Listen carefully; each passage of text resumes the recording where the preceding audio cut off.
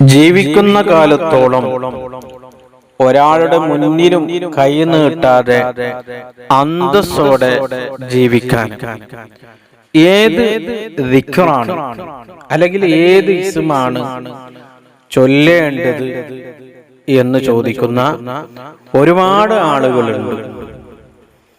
മഹാന്മാര് അസ്മാഉൽ ഹുസ്നയുടെ മഹത്വങ്ങൾ പറഞ്ഞ സ്ഥലത്ത് പറഞ്ഞതായി കാണാം.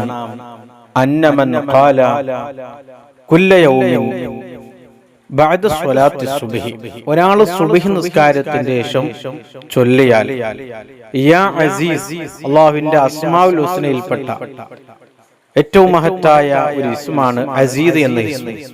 യാ അസീസ് യാ അല്ലാഹ് അല്ലെങ്കിൽ യാ അസീസ് എന്ന് ഒരാൾ എല്ലാ ദിവസവും സുബ്ഹി നിസ്കാരങ്ങൾക്ക് ശേഷം, സുബ്ഹി നിസ്കാരത്തിന്റെ ശേഷം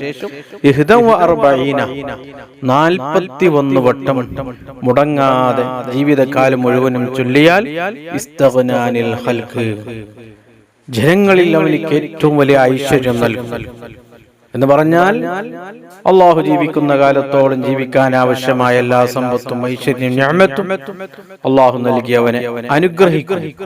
അസീദ് എന്ന് പറഞ്ഞാൽ അള്ളാഹുവിന്റെ ഏറ്റവും മഹത്തായ ഒരു ഇസ്മാണ്, പേരാണ്. പ്രതാപമുള്ളവൻ, ഇസ്സത്തുള്ളവൻ എന്നാണ് അതിന്റെ അർത്ഥം. റബ്ബ് സുബ്ഹാനഹു വ തആല ഈ ഇസ്മിനെ ദിക്റിനെ പതിവാക്കുവാൻ അള്ളാഹു നമുക്ക് തൗഫീഖ് ചെയ്യട്ടെ. അസ്സലാമു അലൈക്കും.